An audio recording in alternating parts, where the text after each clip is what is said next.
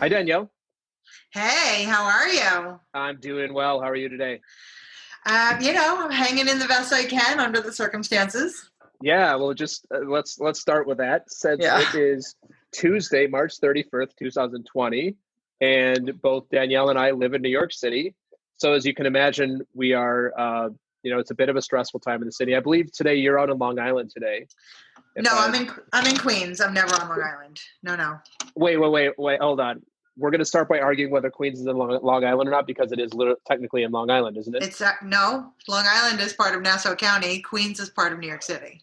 Oh, okay. All right. So okay. while they share the same land mass, they are not the same. Okay. So, and I'm from Long Island, so I don't have a problem with Long Island, but no, it's not the same. So, okay, that's good. Okay. I've actually had a differing opinion from somebody who's from Brooklyn, so maybe I'll get the two of you together to talk through that.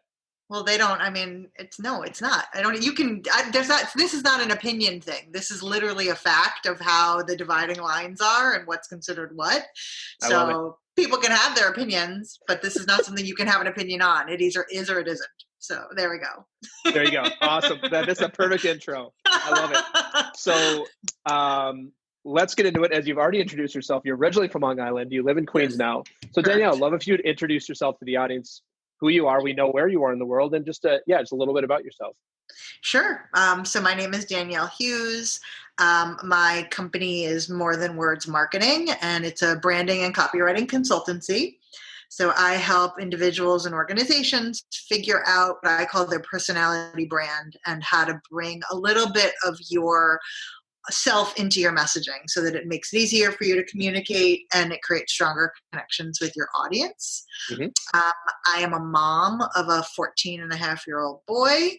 I'm divorced. I am an avid CrossFitter, wine drinker, and now I am baking my own sourdough. I am beading, and I just ordered a candle making kit. So I'm living my best quarantine craft life right now. I also feel, I'm just going to say this, I feel like at the end you should be like, and I'm currently single and dating, and since you already know a lot about me, you can find me on these apps. Swipe right. I'm like, I am single, but I am not dating. That's. But if you were to date, if you were to find somebody, they know you have a son, they know you're getting into candle making, and you love it, and you're physically fit. That's great. That's all you really need to know about it. That's awesome. And I cook all the time, so there's that too. I bake my own bread. I mean, I bake my own bread. True, it's true. I am the whole package, right? Yeah. I bake my own bread. What else could you want? So maybe this is just a suggestion. Maybe we'll do a follow-up episode when you're ready to start dating. Sure. And there you go. Or maybe we'll do a post-mortem at the end of this episode. But that's thanks for sharing that. I like to say that I'm not closed off to it. I'm just not actively looking.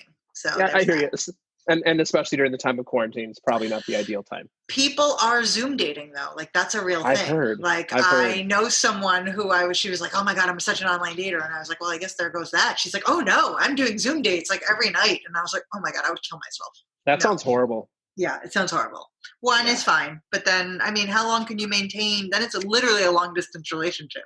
Yeah. So it's interesting. Anyway. The thing I do like about that though is, and I've been married for almost 11 years, so not a thing for me, but you could be like, oh, I'm really sorry, I can't hear you. My internet connection is bad. And then you just, you're like, oh my God, something's happening in the hallway. Gotta go. Exactly. Like they're like, sorry, the Zoom link is broken. I can't find you. Yeah. Awesome. My computer just died. Oh, well, sorry. Exactly. So as a tradition on the show, like I always like to do, is talk about how we met. So I actually met Danielle and I met virtually before we met in person. Yes. And we met.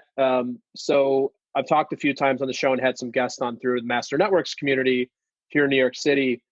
Danielle is actually the president and member of one of the other chapters in the city. And I actually met you virtually through another one of the guests on the show, Joseph Gonzalez, who's a guest on here. One of my first guests that I recorded, and that episode aired a month and a half ago or 2 months ago. So we actually met each other virtually. We ended up doing some business together. And then I think we met in person for the first time at a mixer, if I'm not mistaken, but I could be wrong. It all feels like a blur right now. Was it the mixer or was it our dinner? Was it the holiday dinner? It was our dinner. God, man, that was 3 months ago. That feels like a lot longer time ago. It feels like a year ago. I cannot even fathom that was 3 months ago. Yeah. So anyway, that's how Danielle and I know each other. And A tradition on the show is I like Yes. to talk with my guests about our first impressions of each other. And since it's my show, you get to go first. So what was your first impression of me, Danielle? Well, it's funny because it's weird because I kind of heard of your name before we met. Yeah. And so everybody had I think Jay must have referenced you like a zillion times. Other Mm-hmm. people kept saying, "Oh, Jason," and I was like, "I have not met Jason yet." And everyone's like, "How is that possible?" And I was like, "I don't know." And then I feel like because when we first met, it was like under a business pretense, so it's such a different kind of impression than I would maybe have if we just Mm-hmm. met socially. Mm-hmm. But I think I thought like you were pretty confident, pretty like savvy, like you knew what you wanted, but you also seemed really open. And I love talking to like clients who realize that they need help. And you were Mm-hmm. very much like, listen, I know that the site's not good. I know that, my language isn't good, my voice. And, I think you came in and like, were like complimenting me, which always goes a long way. So, Yeah, of course. yeah. So, I definitely, I definitely had a positive first impression of you. Awesome. Yeah, I'm trying to think. It's evolved over time. Yeah, of course. But yeah, I feel like we kind of hit it off instantly. Yeah, no, absolutely. And before I get my first impression of you, it's interesting because I actually view the networking groups as not just for business. Mm. Like I view it as like, yes, there's business to be done. But I actually view it as like, for me, it's very holistic. Mm-hmm. And if I never get any business, which is I've gotten business from Master Networks and from the other network group but even if I never did, it would be worth my time and my money anyway, just for Same. like the relationships. But yeah, and it's funny because we say this in the group is like, these are kind of business associates, but really they're more like friendships at this point, at least in our group. And I think you have a lot of the same kind of structure and the mentality for each other in your group as well. And then we obviously have a big group that we can meet virtually and such. So that's super cool. Super cool. No, absolutely. I think our group is much more on the, like, we just are there to support each other in any way we can. And whether that's helping out professionally or just being there for, socially. Yeah. I don't actually like do the networking with our group anymore for business. I just love these people. Like they're like my family. Yeah. Exactly.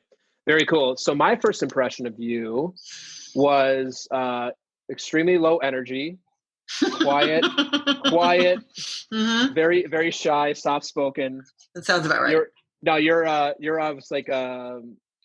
you're Italian, aren't you? No, I'm Jewish. Jewish, okay. Yeah. Same thing, just with worse food. Italians or Jews have better food. That's what I say. 100%. That's amazing. Yeah, you're so my impression, you're like very confident in your approach, confident in your business, and also like very likable, fun to be around, high energy. I think you're pretty extroverted. We've never had this conversation, but I think you're pretty extroverted. Yeah. And yeah, just like a high energy. And also you're very well organized. So when we started doing some business stuff together, it was very easy to do business together and very organized, and you know your stuff, you turn things around quickly. So yeah, my first impression of you is also evolved as you're also a ton of fun. Somebody you're kind of like the same personality as the kid who can sit in the back of the class and goof around. Yes. You're really, it's a really good description. Yeah. I think you and I share something very similar is we're both really committed to having fun. Mm-hmm. And a lot of people are not so committed to that. So yeah, that's my first impressions of you. Yeah, thank you. All right. Yeah, I mean, I built my whole brand around fun. So absolutely. All right. So here we go. Are you ready to get on the hot seat? I'm ready. All right. So Danielle, first question for you. What is something that you nerd out about? It's funny. I thought about this. I have like two things. So podcasts. I'm very much like obsessed with podcasts, listening to them, downloading new ones, doing podcasts now, but more listening than anything. Mm-hmm. And wine. And I like how you can nerd out on wine is like I've taken several classes at the Institute of Culinary Education on wine. I kind of purchase and collect a lot of wine. I like to do tastings. I like to learn about it. And I already stalked your friend from the call last week. Different. I did a happy hour right after our call last week, and there was a guy on there that teaches people how to grow their own grapes. And I'm already like stalking him on LinkedIn. I'm like, we have to be friends. So, and the host of that thing was like, oh, you had Danielle at Wine. I was like in the computer, like, what do you do? That's funny. So yeah, it's like, I just think there's so much. It's one of those things. I love things that you can know, but never know. And I think that like wine is one of those things where you can keep learning and keep learning and keep learning. And there's so much to know about the grapes and the growing. And it's like educational as well as something that I actually enjoy drinking. So I nerd out a lot on wine. That's awesome. You should listen to my episode that came out a couple weeks ago with Mike Ganino. Okay. It's probably in my queue. Okay. Yeah, first of all, he's a really fun guy, but he's a huge wine guy. Huge. Like, I don't know if he's got his master's sommelier, but he's like a serious wine person. Okay. And we spend about 15 minutes at the beginning of the episode specifically talking about wine. He might be a somm without a master somm. Most people are just somms without being a master somm. Yeah, and he lives in LA. He was a food and beverage guy for a long time. Now he's a speaker. He has an awesome podcast, but yeah, his husband is also a really amazing chef. So he's a big foodie, big wine person. They're like a power couple. They're a power couple. And yeah. So, and also if you check the show notes, it's Mike Ganino, or just look for Mike Ganino on Instagram. He's always posting things about food, and his husband is Chef Phil Fox. And he's always posting like these phenomenal, like in their Instagram stories, like phenomenal drinks and food. It's really cool. So awesome. Yeah, check him out. Awesome. So podcasts and wine. So I feel like maybe that's the title of your podcast or something along those lines. Maybe. I think it would be Wine and Weights probably, or something like that. But yes. So you're like, I'm going to have a nice glass of Merlot and then do some pull-ups. Correct. Exactly. Yep. Yeah, there you go. It wouldn't be Merlot, but that's fine. And I'd love to hear by the end of the episode, if you drank like 12 glasses of wine and done CrossFit. That would be amazing. Oh my God. Yeah. That's awesome. Cool. So next question for you. Yes. What is something that is inside of your comfort zone that might be outside of somebody else's? I mean, I think I'm very comfortable meeting new people. Mm-hmm. And, I don't know that every extrovert is that way. I think I don't have a lot of walls or barriers up. I'm pretty much like what you see is what you get with me. So I think it makes it easy for me to be around other people because I don't have to be like, I don't pretend to be another way, or I don't give a shit what people think about me. Mm-hmm. So I think that makes it I can just be myself, and they either like me or they don't like me. And, that's fine. So, I think I'm just at ease in most situations. Mm-hmm. So is that something new? Have you always been that way, or is that something that you've kind of had to work on throughout your life? I don't think always, but I think mostly. I don't think obviously when I was younger, like a teenager, I definitely was not. I would not stand up for myself. I was always very outgoing though, and made friends easily. Mm-hmm. But I also grew up pretty overweight, so I was bullied a lot, and I never really pushed back on the bullies. So I think it's a later in life thing as I became more confident. In myself, even at any weight, it just is just one of those things that I had to work on for sure. Yeah. Did you find becoming a parent helped you with that as well? Oh yeah. I think that helped in so many ways. It helped in body image wise, because as a woman, you kind of realize what your body was meant for, which is, be giving life. And so that was the first time in my life that I could wear cute clothes, and I didn't care that I was bigger because I was pregnant. And so it was okay. And there was a way for me to sort of take pleasure in that.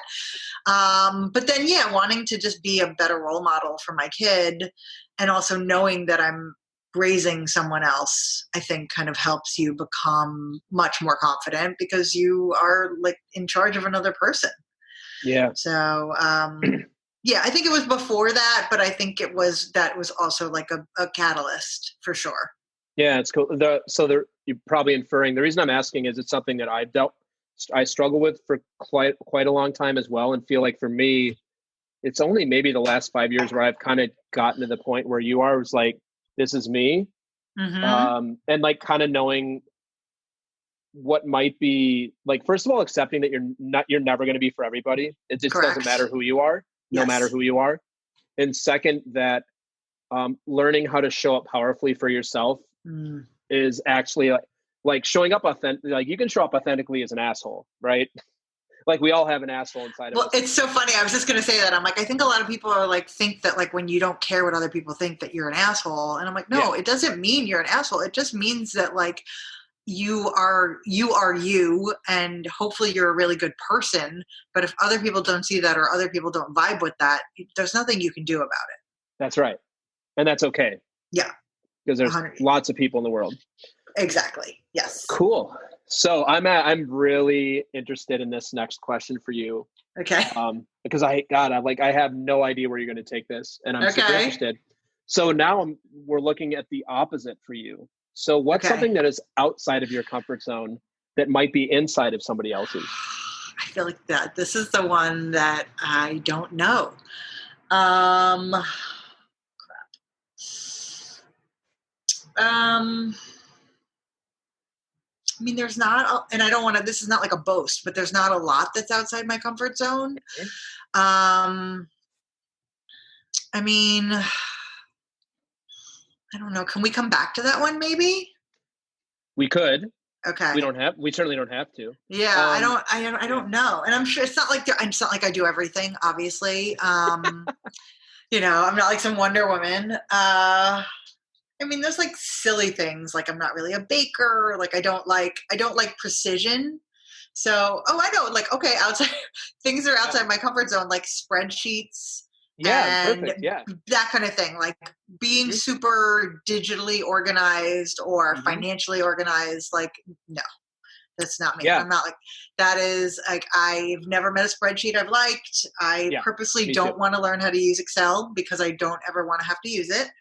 I just hired a bookkeeper for my business, and I'm going to be moving to QuickBooks Online, and I'm like partially hating every second of it, but partially knowing that I have to do it. But like also paying someone to do this for me. So like they can set it up. I can moderately do what I need to do, and I can get in and get out. Yeah.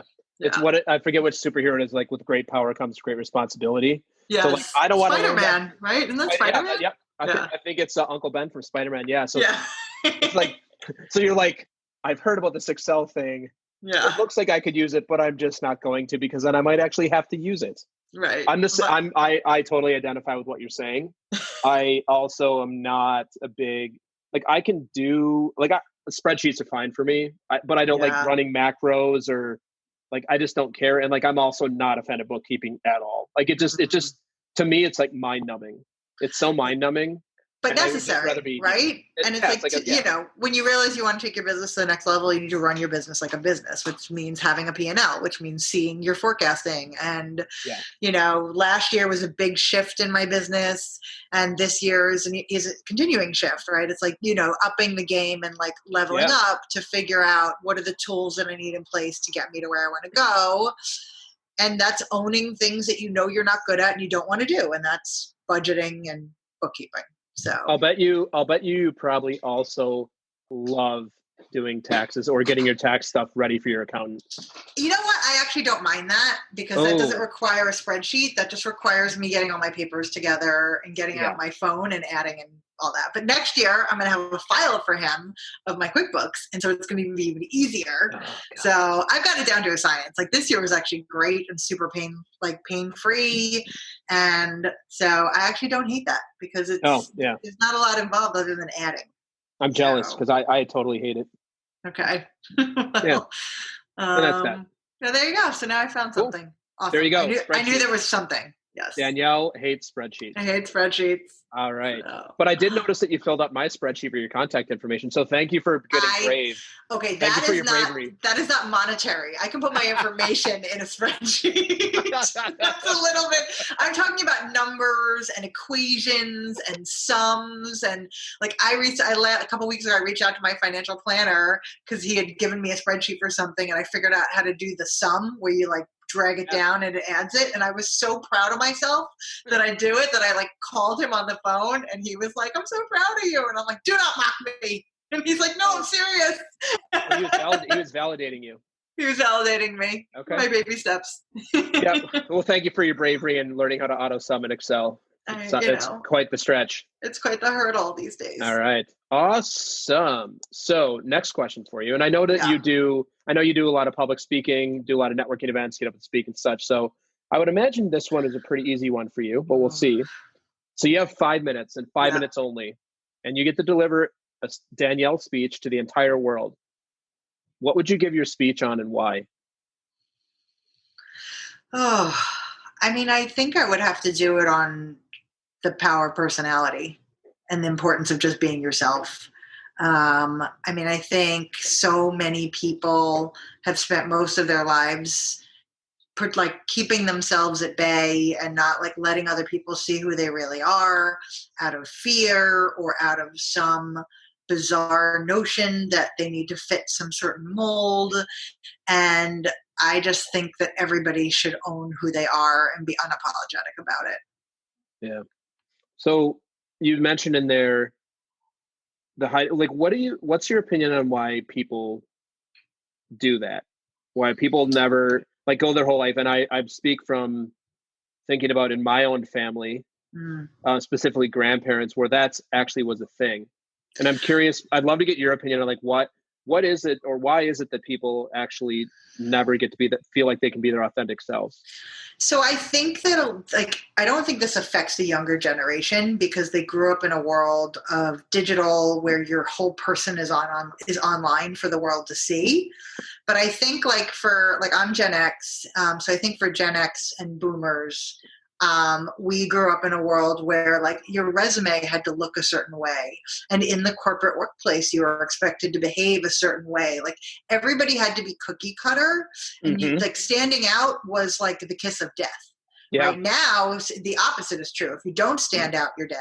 So, but growing up, it's and we can get into the whole thing about women and people of color and how we've been constantly told to be a certain way, and we couldn't be ourselves because then you wouldn't rise to the top and you wouldn't get to where you needed to get to. But taking the isms out of the equation, I just think it's a world that was ruled by, specific rules about how they wanted people to behave in order to get ahead. And also, there hasn't been a lot of acceptance, right? So if you were gay, you couldn't be yourself. If you were in any way different, you couldn't be yourself. If you were a person of color. So I think it's only in recent years, and we're not even there yet, at this tipping point of universal acceptance for letting people be who they are. Yeah, that's cool. That's an important message. And it's something that I work on a lot in my work with my clients is around showing up authentically. It's very common, and it is pretty common with millennials, especially in the workplace, whereas you have to operate this certain way. It's certain companies. I think I completely agree with you. For younger generation, digitally connected, you could get to be yourself, and most of the companies that I coach people in that are modern and places like Facebook and Spotify and Google, they embrace they embrace the individuality, but a lot of the older companies don't. It's still the same old stodgy kind of you wear the certain outfit and here's your dress code and here's kind of how you operate. But I feel it's funny when you look at those companies, they're the companies that don't do that well anymore.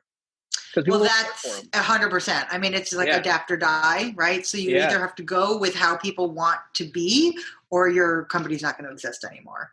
Yeah, right. That's exciting. That's exciting. So, it's actually exciting as a parent of a 4-year-old to know that that's the world she's going to live in. And even as a 14-year-old, it's going to be another at least 8 to 10 years before he's out into the workforce. Yeah. I mean, man, imagine looking back even 10 years ago at my career working in corporate to now, it's changed a lot. I mean, we're just every couple of years is exponential growth. And now, with everything that's going on with the virus and people working virtually that never worked virtually, what that's going to do, and I don't think this is the new normal, but I think there's going to be some sort of hybrid of there's got to have to be a way to do a lot of things, virtually that weren't done before, but it doesn't mean that in person is going to be obsolete. So how do you find what does that look like when everybody can have the option to do both? How does that function? So it'll be interesting. Yeah, that's cool. Very cool. The Talking to Cool People podcast is brought to you by Jason Frizzell Coaching. Jason works with amazing people who are looking to find and develop their passion and purpose and create their journey to wherever it is they want to go. Check us out at jasonfrizzell.com, Facebook, or on Instagram. Jason loves hearing from anyone who thinks it would be cool to connect, to be coached, or to be a guest on our show. Email him at podcast@jasonfrizzell.com or DM him on Facebook and Instagram. And now, back to some more amazing conversation on Talking to Cool People. So, Danielle, this is the part of the show where love to hear from you, kind of like your journey to what led us here to March 31st, 2020, quarantine in our apartments and homes. Yeah. So yeah, just like anything you'd like to share about, anything, right? It can be your child. It doesn't have to be like what you did for college. I know you had a corporate career for a long time. What led you to do what you're doing today? And also like, what are you actually up to today? So you'd mentioned you run your own business. Love if you'd share a little bit more with the audience, what you actually do. So the floor is yours. Oh my goodness. It's like the Cliff's Notes of my life, right? It's like whatever you want to share with us. And trust me when I say, if I want to know something, I will stop and ask you about it. So okay. Yeah. God, there's so much. I had a pretty boring, typical suburban childhood. Where did you grow up in Long Island? Massapequa. Okay, also known as Matzo Pizza, because it's very Jewish, very Italian. Home of the Baldwins, home of Jerry Seinfeld, home of Joey Buttafuoco. Nice. Lots of famous people hail from Massapequa. So I'm sorry, I love it. The Baldwins, Jerry Seinfeld, and Joey Buttafuoco. That's and right. Was Amy Fisher? No, Amy Fisher is from Merrick, which is a few towns over. Got it. Very close. Very close. You know that there's a lot of people who are like, what the hell are they talking about right now? Google people. Joey Buttafuoco and Amy Fisher. Yeah. And Brian Setzer also from the Stray Cats. Of course. Yeah. Yeah, of course. Yeah. Yeah. So cool. We have a bunch. There might even be more. I don't even know. Yeah. Cool. So yeah, and like other than the fact that, there's nothing worse than being like a fat girl growing up in high school, that's for sure. So that was kind of brutal. So I definitely struggled with my weight for a really long time. And I kind of still do, it's not perfect, but it took a long time of like really horrible diets. And finally one day I just decided I wasn't going to do it anymore. And I was determined to meet someone the way that I was and find someone to kind of love me for who I was. And I ended up meeting my now ex-husband, and having my son. And I think everything just sort of shifted after that, like from a physical perspective and just a confidence perspective. It's very hard. Back then it was impossible to have any confidence when you're overweight and being bullied and you don't feel comfortable in your own skin. And, I think there's so much now with body positivity and, whatever you think about that just like lets people be much more comfortable with who they are, no matter what they look like, which is great. And at the end of the day, how you look doesn't really impact the person that you are or what you're putting out in the world, right? So it shouldn't really matter. So it's been a long journey to that. And I think that like part of my physical journey like manifests in my professional journey. So I worked in corporate America for like 15 years. I worked in television in ad sales marketing. Started my career at ABC Daytime, helped launch The View, and worked on the soap operas and kind of learned the marketing ropes. And then did that for like a dozen years. And then I went over to the agency side and I was crafting messaging for consumers around products and brands. And then I scarily decided to take the leap into freelancing and didn't really have the confidence to do it, didn't really know what I was doing other than I could just write and that was my thing. And, when you're a freelancer, you just kind of take any job that you can get.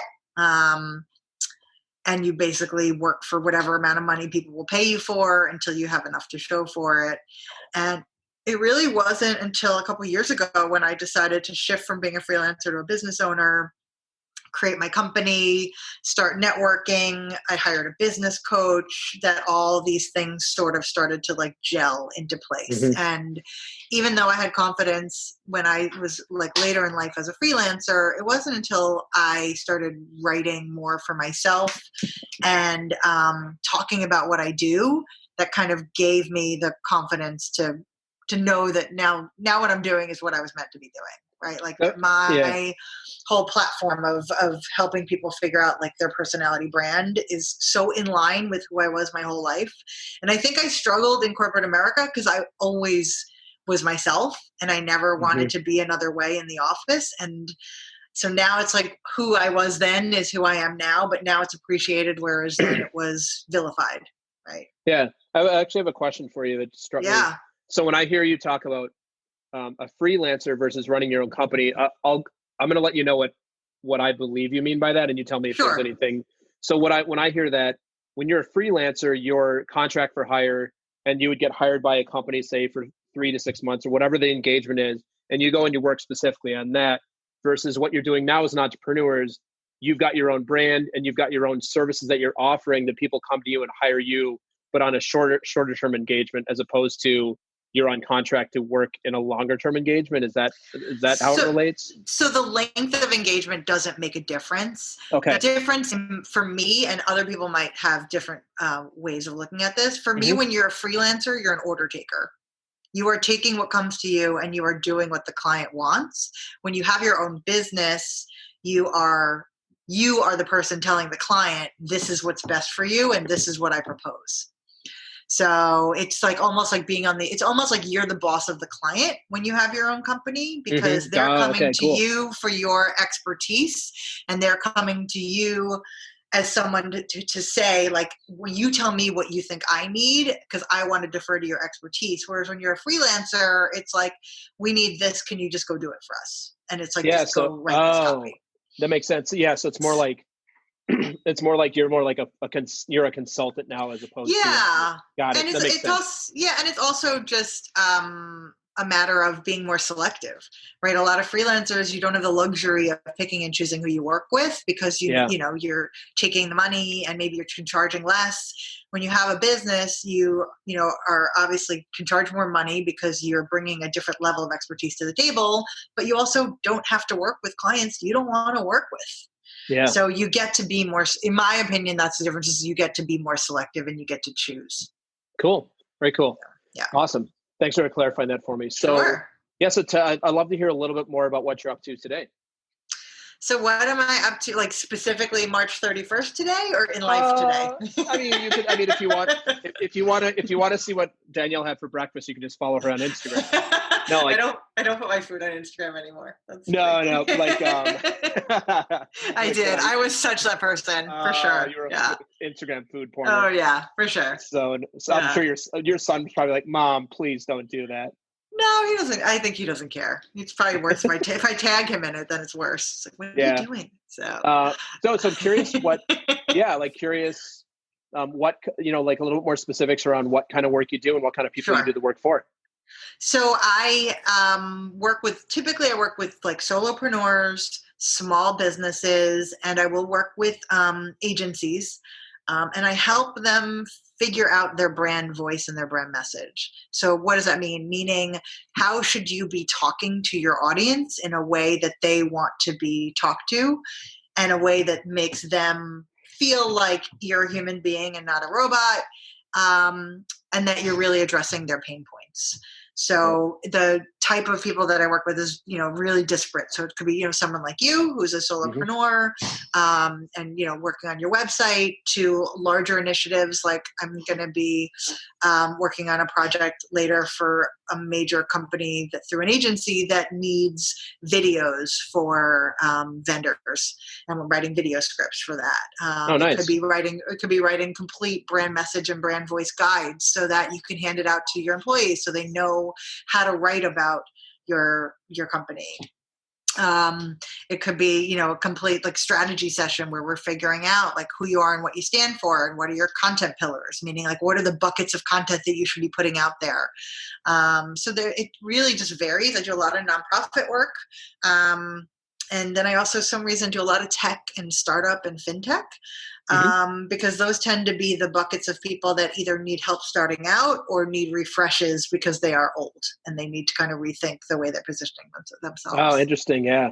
Yeah. I worked at a bunch of startups. I'm just thinking about if you don't stay fresh with your messaging, you die. Yes. And also, like, as a startup, typically, like, you're starting up, so you're going to throw some shit up on your website and forget about it. And then 2 years later, when you're in your seed round or your Series A, you're like, oh my God, our website's garbage and it doesn't sound like us. And we've actually shifted and pivoted and nobody's addressed it.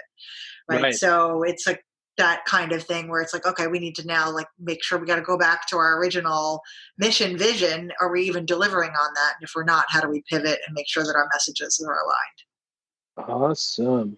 Well, thanks for sharing all that. Sure. Anything else you want to share around the life of Danielle, besides maybe like what you had for lunch, since it's, almost 2:00 instead of breakfast and lunch? I haven't had lunch yet because I've been eating such a late breakfast these days. Oh yeah, right. So, no, I mean, I think I'm good. I mean, my days are just really busy. I just have a lot of either client calls, these kind of things. I'm doing a lot of podcasts. I'm doing a lot of virtual presentations. A lot of people reaching out to me because communication is so vital right now. And I think a lot of people who haven't been regular communicators now know that they need to communicate, but don't know how, because you want to be sensitive to what's going on. And I think a lot of people are worried about being seen as opportunistic. And so I'm trying to position it. I'm telling people, like, it's look for opportunity, but don't be opportunistic, right? You don't want to take advantage of people, but there is opportunity to do work, because we all deserve to get paid. But there's also just opportunity to have your voice heard and communicate with people who are just desperate to be communicated to. Yeah. I'm just going to get on my soapbox for Go ahead. Just a few seconds. Some of the garbage that's out there right now around COVID and like the offers, people are like, oh, I'll do a free strategy session. How do you, or like, like these systems for, I'm sure you get a lot of this stuff too as a solopreneur around like, I have a guaranteed system to get you like, like 50 hot leads per day. And just like, give me an effing break. Like who are these people? And who actually buys these systems? Like I've talked this in the podcast before. It's so irritating. When I switched my LinkedIn last year, within 1 month, I get hit with like 3 to 4 offers a week. I'm like, who are you people?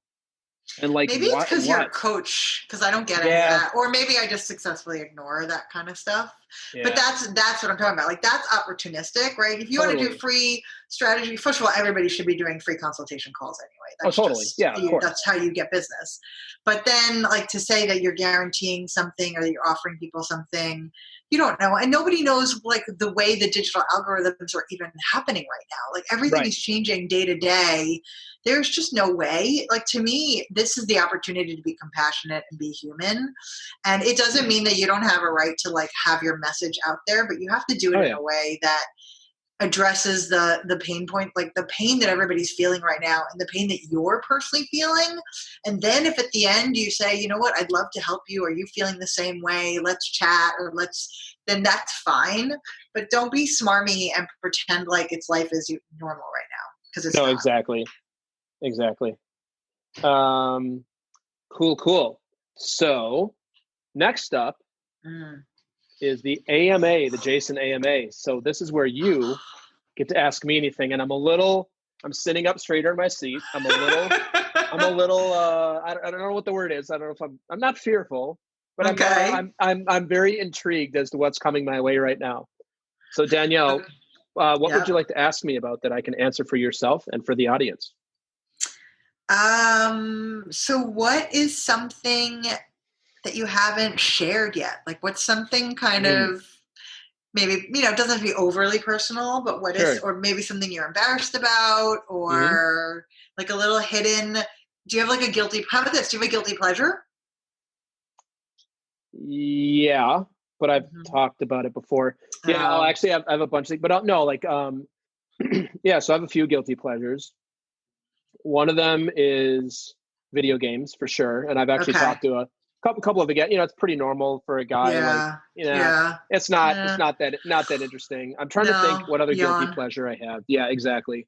Like, what's a guilty pleasure that you wouldn't tell people about? Like, do you do you have a secret love for Celine Dion or something? Like, is there something, like that? Like that you're like an artist that you're embarrassed to admit that you like, or a book that you're embarrassed to admit that you like, or, something, or like your favorite trashy movie? Like, yeah, well, I love I love your, like, it'd be like the thing that you're not going to tell anybody about, except I'm asking you on a podcast. Yeah, exactly. Exactly. So I'll give you a few other guilty pleasures, and I don't think it's going to be quite as juicy as what you're looking for. Okay.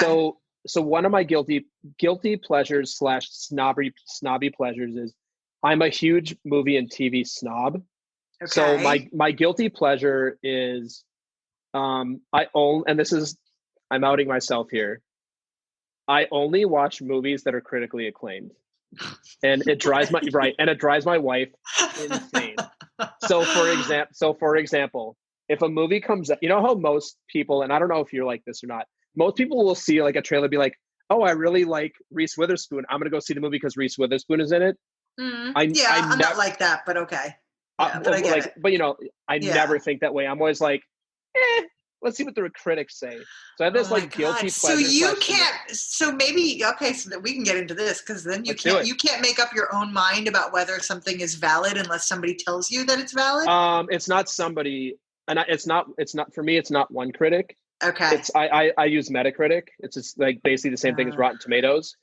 If a movie that people are like, oh, you have to see this movie, and I look on the ratings and it's like a 40 out of 100, I'm like, no effing way will I waste my time or my money on it. And it's super OCD, super annoying. And I'm also extremely well versed in really good movies that other people have not seen. Like art house, more obscure, like those kind of things. I saw Parasite like the first 3 days it came out. Okay. Because I'm like, this movie is a 96 out of 100. People are like, what's Parasite? I'm like, it's an amazing film that obviously ended up winning Best Picture. So like the guilty pleasure / I'm also the same way with television. So I only watch what I would call like really well done television for the most part. So for the most part, there are a few shows that I used to watch that were total guilty pleasure, but I don't really watch them anymore. Okay. So for me, it's like really like the guilty pleasure is just being a complete snob when it comes to entertainment. Okay. Yeah. So not that juicy. Did you see and did you like Uncut Gems? I saw wasn't Uncut that Gems. critically acclaimed? It was. I saw it and I loved it. It was one of my favorite movies last year. Right. It's such a diverse movie. Horrible. Right? One of the worst. I won my 2 hours back. Absolute garbage. Right. No, and so if you do you think you would have really liked it if it wasn't so critically acclaimed? Yes, like, do you actually watched it and you're like, this movie's awesome. I love feeling uncomfortable. I love this. Okay. Yes. Okay. So I'll give you an example of my movie snobbery. Okay. I saw the first movie by those directors. It's called Good Time with Robert Pattinson, and it's amazing. But it's also like this completely frenetic gonzo movie. Okay. Yeah, but Uncut Gems is like my kind of movie. I don't care that he's a super annoying character, that that he's just going to make terrible decisions. Yeah. Like I thought the direction was amazing. I love the plot. I love I grew up loving Kevin Garnett, so the fact that he's one of the main characters is just it was just so good. Like so and that's the other thing with movies. I don't care about feeling good ever.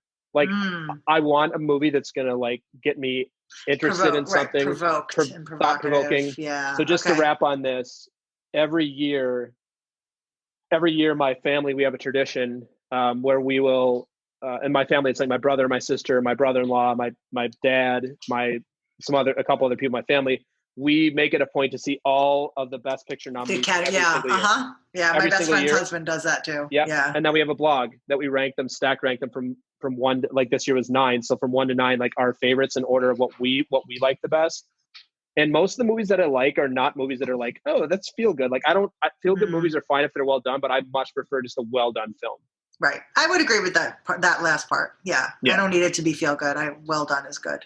I just didn't think it was well done. Okay. Yeah. Fair enough. I do want to give you something a little bit juicier to out myself here, since you asked.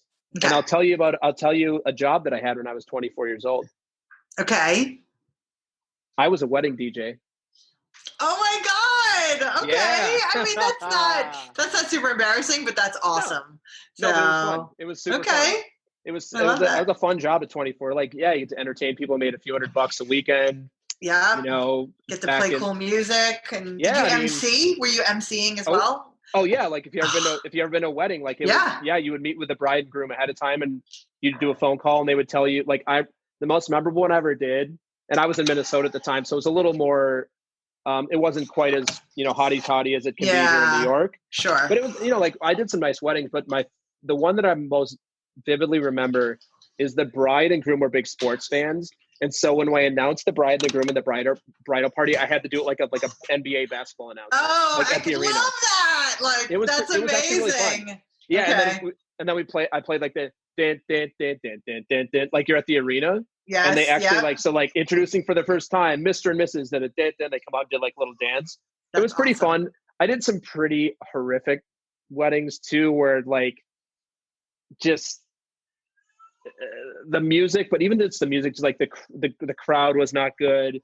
And then I have all sorts of stories, like groomsmen or bridesmaids are like grinding on the floor, or you get like drunk people be like, hey, do you have grease? And I'm like, I do have grease. I'm a Midwestern wedding DJ. I definitely have the Grease soundtrack. I definitely have Brown Eyed Girl. I hate all these songs. Oh my God. Yes, I have them. So I was a wedding DJ for a year, which was pretty fun. Oh my God, that's awesome. Okay. Yeah. Great. Love it. All right. You got anything else for me? No, I was going to just ask if you remember like the worst wedding song you ever were asked to play. Yeah, I know it hands down. Every time I hear this song, it makes my butthole pucker shut. Go ahead. Do you remember the song "Amazed" by Lone Star? It's a country song. Oh, of course. Yeah. Uh-huh. I'm forgetting the tune right now, but 100%. It's one of those songs it's kind of like the Train song that was written a few years ago. It's like you literally wrote this song so you would get played at weddings, because it's literally about like being married. Yeah. But it's just it's so like cheesy and over the top. But back then, and Minnesota's a big country music state. Yeah. That's the other thing. I love country music. I can out myself with that too. I do too. I like it. Yeah. Cool. I don't love it, but I like it. I love it. I love it. A Jewish girl from Long Island loving country music. That's a late in life discovery as well. Oh, that's great. That's awesome. We'll have to talk about that some other time. But so I just remember when you'd get that, or the other thing. Amazed by Lone Star, I just want to like jump off the bridge. Okay. The other song that I just despise, and I hope I don't offend anybody, I think it's called Butterfly Kisses, and it's the song. Yes, the one about the dad with the daughter. Yes, yeah, it's about it's the daughter. God, yes, it's the daughter-dad. It's the daughter-dad dance. Yeah. Yes. Oh my God. Yeah, I totally know what you're talking about. It's to me, it's just like it's like so lowbrow of like it's lowest common denominator music. Right. Let me write a song about a daughter and a father dancing at a wedding. So then that people at weddings can request that as their song. Like, is this the most creative thing you can have? Is literally the song that's literally about it. Yeah, I think I made a lot of money, but yeah. Made a lot of, hey, you know what? I'm speaking from a tiny bit of jealousy because I didn't make as much money as I'm sure he made for that. That's right. 100%. I feel like all the things that we love to complain about as human beings are like slightly rooted in like in jealousy that somebody made more money than us. I say that all the time. Yeah, let's be clear. If I could give Danielle an offer right now to write some super crappy copy for super crappy copy for $1 million, you would do it like right now. You would get off this podcast and go do it right now. Done. Not even a question. Sell my soul. That's it. So if anybody wants a copywriter that's really literally willing to write anything for $1 million, sure. Danielle's your girl. Awesome. Well, thank you for the questions. That's my indecent proposal price. That's it. Exactly. Yeah. I know that reference as well. Awesome. Well, thank you for the questions. I appreciate it. No, that was great. It was fun. Awesome. Yeah. So Danielle, what are you passionate about? Oh my God. So many things. Oh man. I mean, yeah. I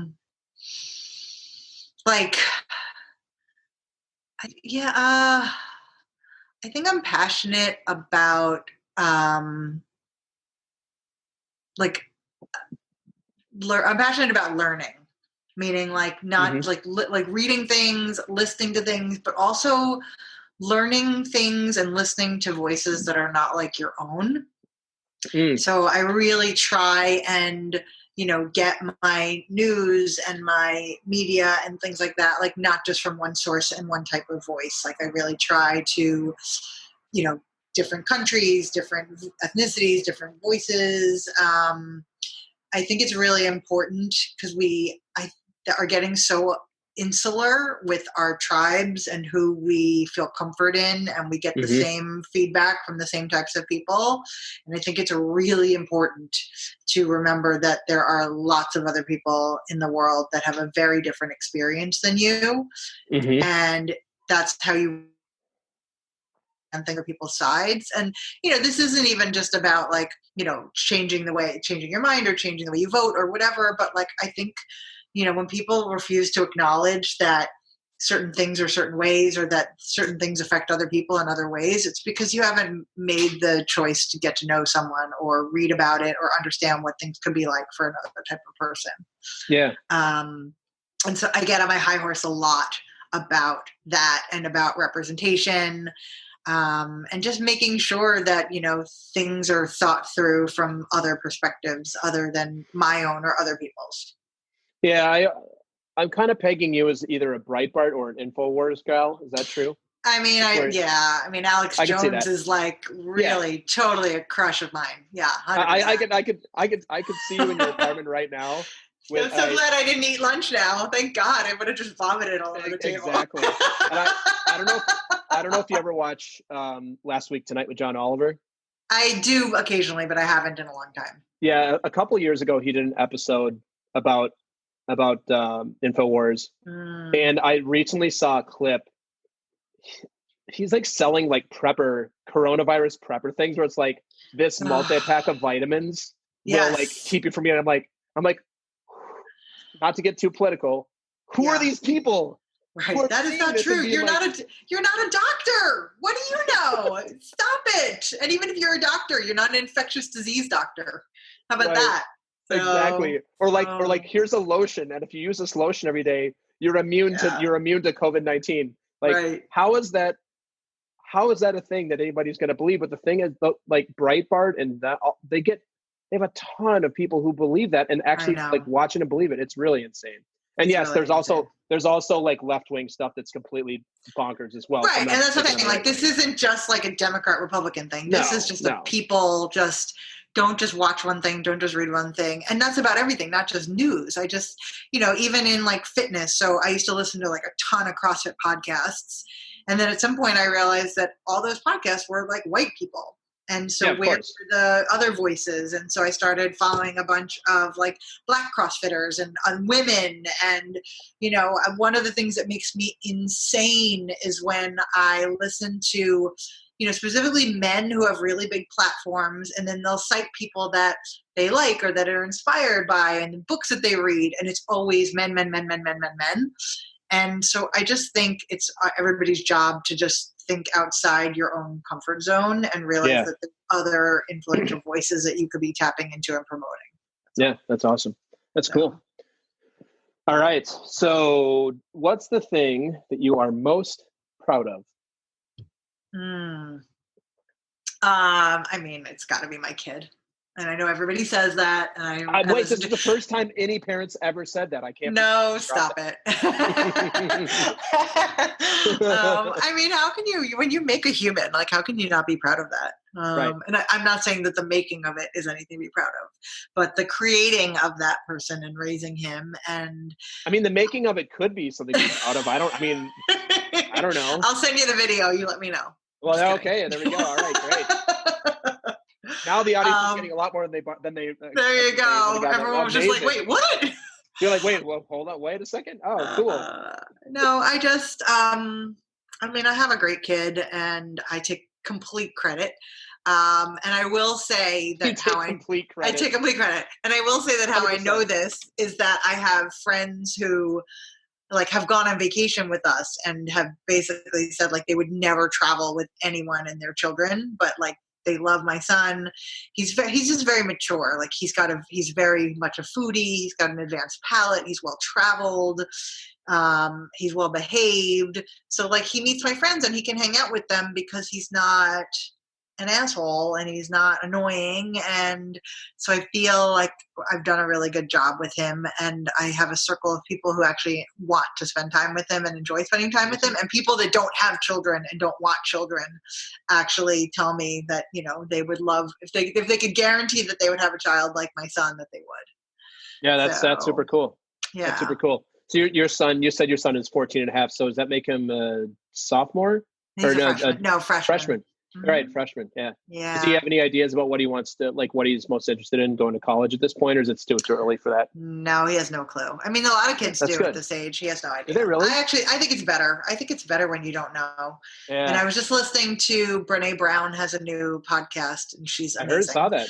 Yeah, and she was mentioning, like, I don't know if it was hers or somebody else's, that they forbade her daughter from having a major as a freshman in college because they didn't want her to have focus. They felt like college is a time for you to experiment and take all the classes and see what you're really interested in, because you really have no idea. And I thought that was really fascinating. That's really cool.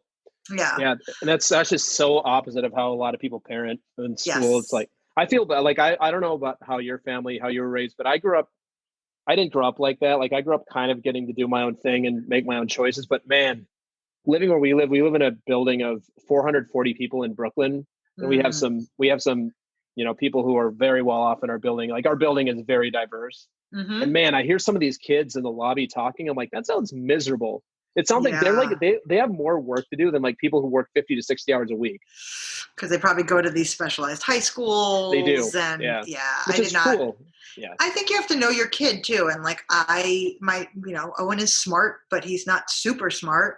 So I'm not going to put him in an environment and pay for classes for him to learn how to take a test to get into a school that it's going to be impossible for him to maintain.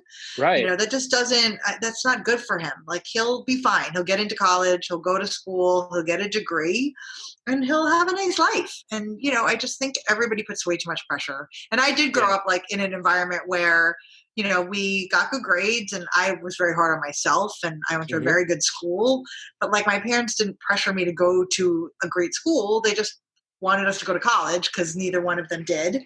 Yeah. And so I think it comes from a place of that. But I just think you have to know the type of person you are and know what kind of kid you have. And, you know, I'm going to push him when I can push him, but I'm not going to push him to the brink of working so hard that he's miserable. Yeah. It sounds like you don't, and this is just an observation that I have.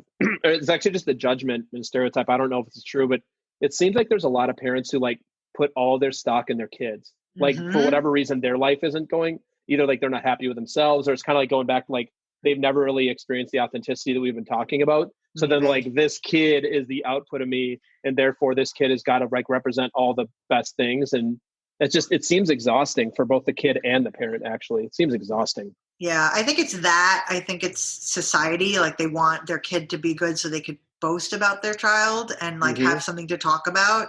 And then I also think a lot of people like truly want the best for their kids, and they want their kids to have more than they had, but it manifests in a way that actually is detrimental as opposed to positive. Yeah. That's cool. Well, I'm going to add a nickel to the jar because I'm like every single parent who's been on the podcast, which there's been a lot. It's always the thing they're most proud of is always their kids. So what does that tell you for? Yeah, I was gonna say, if you're not proud of your kid, I don't know what that makes. But I don't know what else I would say. Like I'm proud of a lot of things, but that has to be. I mean, that's the full-time job, the most important, the 24/7 thing. Yeah. Right. So. Yeah. Awesome. All right. You ready for the little vulnerability question? Sure. Oh, you sound very excited about it. Here it comes. Are you ready? Embracing myself. Go ahead. Exactly. So Danielle, what is something that you were afraid might actually be true about you? That I can't be vulnerable. Okay. Yeah, I have some very nice protective things up when it comes to like from a romantic perspective. And I have a very hard time like letting those down and being vulnerable and admitting that that I want someone to kind of take care of me. Mm-hmm. So the second part of the question that you don't know is, and you're kind of answering it, but I'd love if you'd maybe just go a tad bit deeper is, what you're afraid of is that you, well, let me ask you, I feel like I'm in a coaching session now. It's okay. I'm not coaching you here. Let's be it's very okay. clear. No, I'm just curious about the thing that you're afraid is that you aren't vulnerable, or that you don't know how to express that you actually are, or that you actually are vulnerable. I think it's that I can't express it, that I don't know how to express it. Got it. Okay. Yeah. So if what you're afraid is true, that you don't know how to express your vulnerability, that you need, or that you need something for somebody, what do you do to compensate for that on the other side? Because in like human psychology, as we fear things or are afraid of things, we do things to compensate for those fears. So what is it that you do to compensate for that fear? I mean, I just don't really think about it. Like I just don't allow it to be. Yeah. Most likely, or I just pretend that I'm, put up bravado. It's probably more bravado than anything else. Yep. So, yeah. Yeah.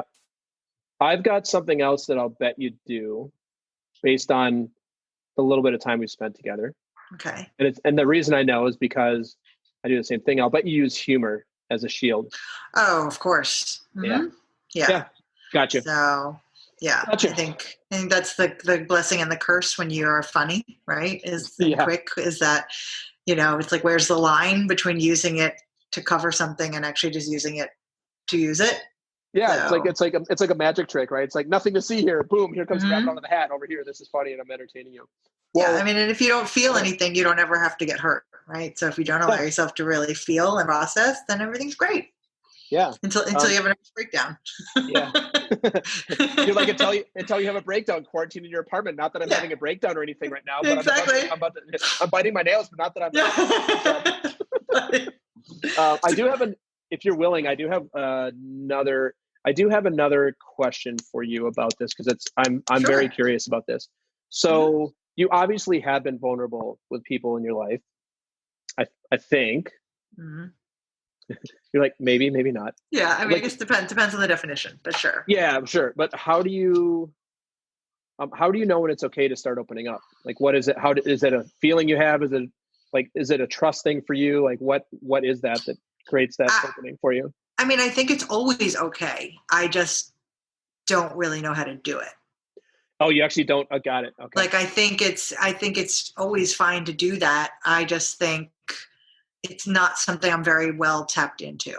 Like I'm not very well tapped into. I'm also a very just head down, let's just push through and let's do things. Yeah. So I'm not a super emotional person anyway. And that doesn't mean I don't feel things and whatever, but I also can compartmentalize and just get through things. Like I'm not prone to depression. I don't have things like that. I'm just much more of a go-getter. Yeah. So I think I don't know how to tap into the softer side and the weaker side because I don't allow myself to even get there because I don't have time for that. Right. I'm like, I'm a single mom, my own business. Like who's going to take care of me? Right. So I think it's a lot of it is like, I don't have that option. Yeah. And so therefore, even when I'm in a situation where it could present itself, I don't know how to bring it out. Sure.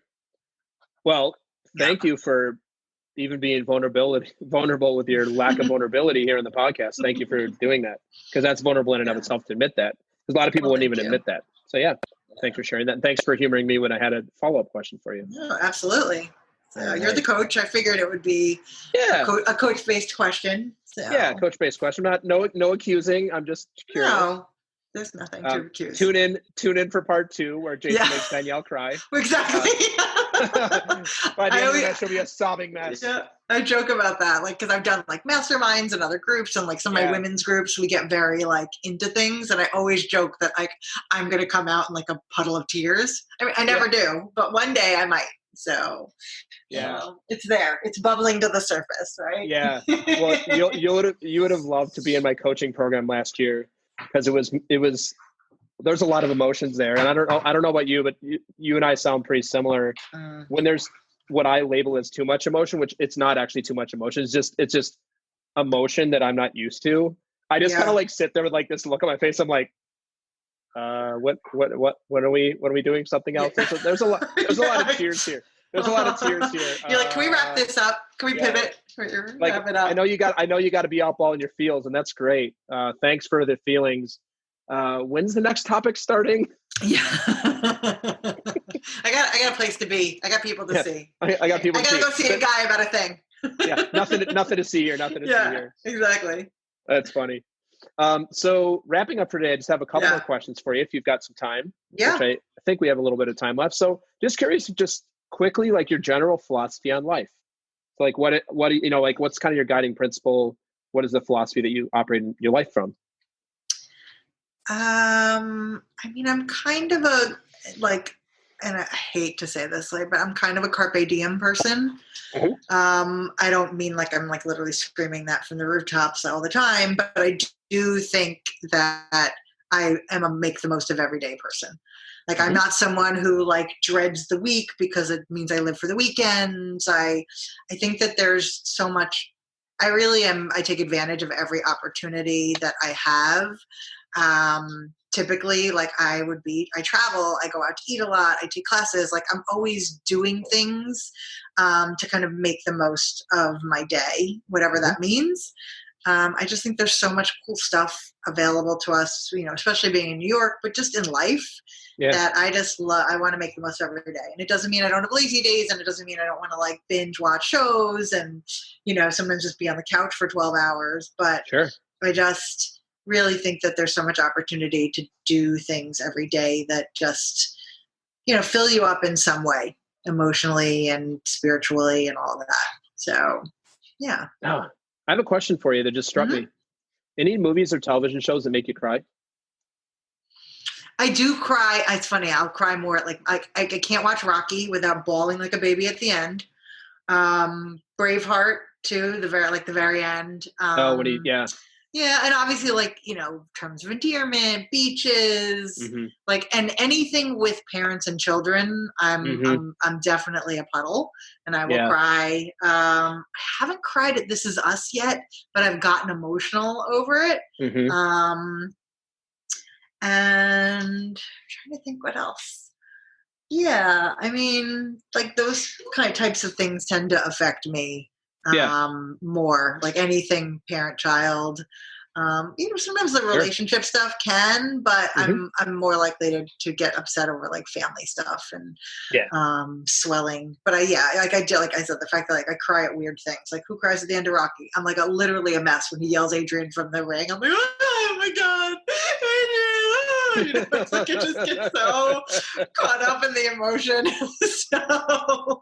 Well, and you know what's so ironic about that is that's when Rocky is his most vulnerable. Yes. After he loses the bout and then appreciate it in other people. I just, you know, it's just not my thing, but I recognize it. So that's so funny. Cool. All right. Awesome. So anything else that's come up for you, either through the questions I've asked you or anything else, an answer you want to go back to, or anything else you'd want to share with the audience at this point before we wrap up for today? I don't think so. No, I think I'm good. But if you have like additional follow-ups, but no, I don't think there's anything that I feel like a dying need to revisit. I like how you related to it's got to be a dying need. Like anything less than like a soul burning like desire. It's just we're just gonna leave off for today. But again, we're gonna do it. We're gonna do a part 2 where we're gonna do an intense coach. We're gonna do an intense coaching session. You're gonna come out crying of an emotional breakthrough, and you're going to find the love of your life in like the next week. That's going to be how amazing it is. Live on the go. podcast. And you can say that you did it, and I'll forever my life I'll credit. Like, how did you find your true love? I'm like, Jason Frizzell. Maybe it's possible. I'll be like, Danielle, you didn't know this, but the person who's perfect for you has been listening to this podcast live, and it's right here. Behind this screen. Bring him out, Johnny. And you're like, oh damn, that's good. That's them. And then you'll make them cry. It'll be perfect. There you go. Awesome. Oh, that's funny. Well, I love it. So I'm sure the audience, when they listen to this, hilarious. And enlightening episode are going to want to connect with you. So I'd love if you would share with the audience where they can find you Sure. online. Maybe not your home address. I mean, you can share that if you want to. Yeah. If they want to drive and stalk you, but like where can they generally find you online? I mean, I have enough stalkers, so if we could just wait for 2021, that would be great. Okay, cool. Yeah, you want to get through the stock. You want to get through the stalkers you have now. I Exactly. Yeah, I'm trying to maximize my stalkers. Totally. So they can find me at morethanwordscopy.com. And I'm sure you're going to put all this in the show notes. I will. And if you sign up for my newsletter, which is right on my website, you'll get my About Me Mad Libs, which is a really fun downloadable freebie that lets you build your About page on your website or your LinkedIn profile Mad Lib style, like filling in different It's super fun. Yeah, it's cool. So, so that's probably the best place. And then on Instagram, I'm at Bitch Can Move, which is a CrossFit reference. And obviously LinkedIn, just Danielle Hughes, I think. Maybe Danielle Z. Hughes. I'm not sure. Yeah. So, but my website's the best place. Yeah. And also, if you want to meet Danielle live, you can meet her at Master Networks, which meets Thursday mornings in New York City. Thursday mornings. That's Thursday mornings, the other Thursday morning group. That's right. The A team. We got to get a B team, A team reference in here at some point. I'm not so sure about that. You're going to cut that out. You're like, I'm going to edit that out. For the audience listening, if there's a little cut there, it's because I just edited out. Danielle doesn't want to get too vulnerable. She just wants to troll me. So I'm gonna cut that out. That's right. Oh, awesome. Well, thank you so much for being on. And as a tradition we have on the show, it was super fun to have you on and get to know you. I learned a lot about you today, so it was really cool. More things for me to give you crap about next time I see you. That's fine. Which is what I'm all about in life. My greatest commitment is trolling in life. There you go. Be a huge troll. See, if you don't make me cry from the vulnerability, you'll just troll me to death. I'll troll you to death. It'll be amazing. Awesome. So last thing, Danielle, love if you leave myself and with the audience with some words of wisdom that fit on a Post-it note. Oh, no. And you can't use "don't be vulnerable." That is not. No. I would never. Kidding. Okay. Own that shit. Own that shit. I love it. Own that shit. Like whatever you do, whatever you are, own that shit. Just So hold up. I'm just to wrap for the whole thing. Your words of wisdom are own that shit, and your Instagram handle is what? Bitch be moving. Bitch can move. Bitch can move. So I think you can get it. I think you've got a good flavor of the spiciness of Danielle. Yeah. I didn't name myself. That was a name from my one of my coaches when he realized that I was faster than I looked in workouts. That's he awesome. sent it to a friend on the phone. He's like, "That bitch can move." And she told me, and I laughed so hard, and that changed my Instagram handle the next day, and it's been that ever since. So I love it. I realize I'm not connected to you on Instagram, so I'm definitely going to find Bitch Be Moving right now. There you go. Bitch can move. Bitch can move. Not be moving. It's a shorter. Bitch can move. So, and I think that I've connected to your podcast on Instagram. I think, cool. but if not, we'll do that too. I'm realizing lately that I'm not connected to so many people that I thought I was connected to. Yeah. So I'm starting to be like, oh my God, we're not connected on LinkedIn. We're not connected on Instagram. Why? It's free and easy. Is it? It's free. Easy is debatable, but it's free. Yeah. All right, Danielle. Well, thank you so much. Stay safe in the This was quarantine. really fun. Yeah, really fun. Best wishes to you and your son. And I believe I will see you later this week on one of our networking events. So I'm sure. Yeah. All right. Take care. Thank you so much. Thanks, Bye. Jason. Okay. Bye. Thanks for listening to another episode of Talking to Cool People with Jason Frizzell. If you enjoyed today's episode, please tell your friends. Follow us on Instagram and Facebook and give us a shout out or take a moment to leave a review on iTunes. If something from today's episode piqued your interest and you'd like to connect, email us at podcast@jasonfrizzell.com. We love hearing from our listeners because you're cool people too.